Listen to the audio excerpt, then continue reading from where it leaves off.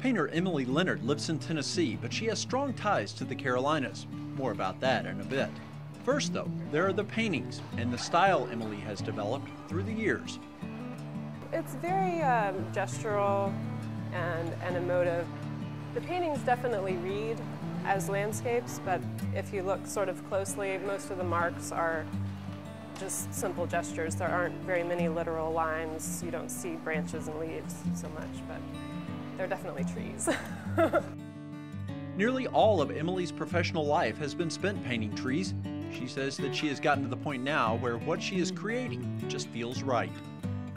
The subject matter kind of came first, and then it took me, 10 or 12 years to kind of figure out how I wanted to paint this subject matter.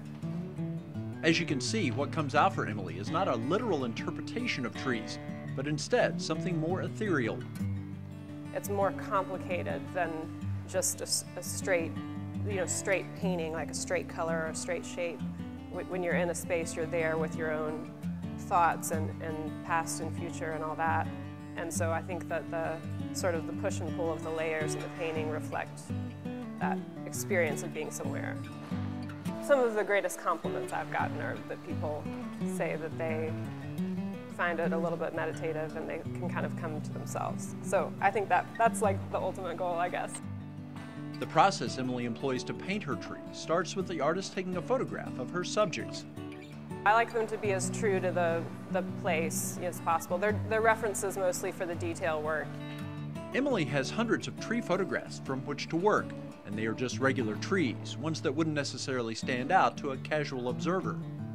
A lot of people will say, oh, there's this beautiful tree, on this street or that street, you should paint it, and I don't really want to paint it. I'll go climb it, but I don't really want to paint it.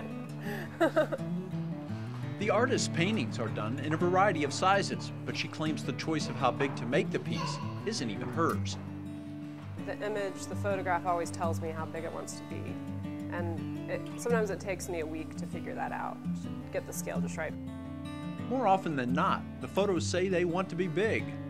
My heart swells when I see an enormous painting in a museum or something, so I like big work, I want to make big work. Painting was an activity that started early for Emily. I think my mom has a picture of me doing my first painting. I was about 1½. I don't ever remember wanting to do anything else. Choosing art for her livelihood was an easy decision to make. My mother's a painter and my grandfather, so I grew up knowing that it was a completely reasonable thing to want to be when you grew up, Emily became an artist in part because of family ties. She became a painter of trees because of where her family lived. It was just me and my dog and a bunch of trees. My brothers were older and grown and out of the house, so I just went for walks a lot, and that's kind of where I found a lot of answers to things. When it came time to leave home after high school, Emily searched for a small liberal arts college. Not surprisingly, she wanted to be an art major. She found Furman University in Greenville, South Carolina. I had this vision of a room with a row of potter's wheels. I'd never thrown pottery before, but I knew when I saw that room, that's where I was going to go. I saw it at Furman, so.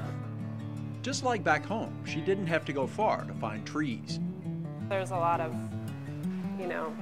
places to hike and explore around there, so I did as much of that as I could. Emily was also drawn to a camp in the North Carolina mountains where her brothers had spent time in the past. I taught ceramics, and it was on the same piece of land that the Black Mountain Arts College was on. She lived, worked, and taught in a building at the Black Mountain Arts College, the same place where many of her artistic heroes had worked and studied. It's sort of my romantic 20-year-old self, which hasn't changed that much.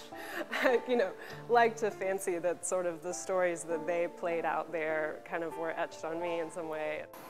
The Carolinas connection continues today as Emily just opened her third show at Blue Spiral 1 in downtown Asheville. It runs from now through the end of September. They focus on the Southeast, and I think that my paintings are, I think they're relatable to anyone, but people who live in the South recognize them more. For now, Emily Leonard will continue to concentrate on trees, but she is at least considering branching out to other subjects.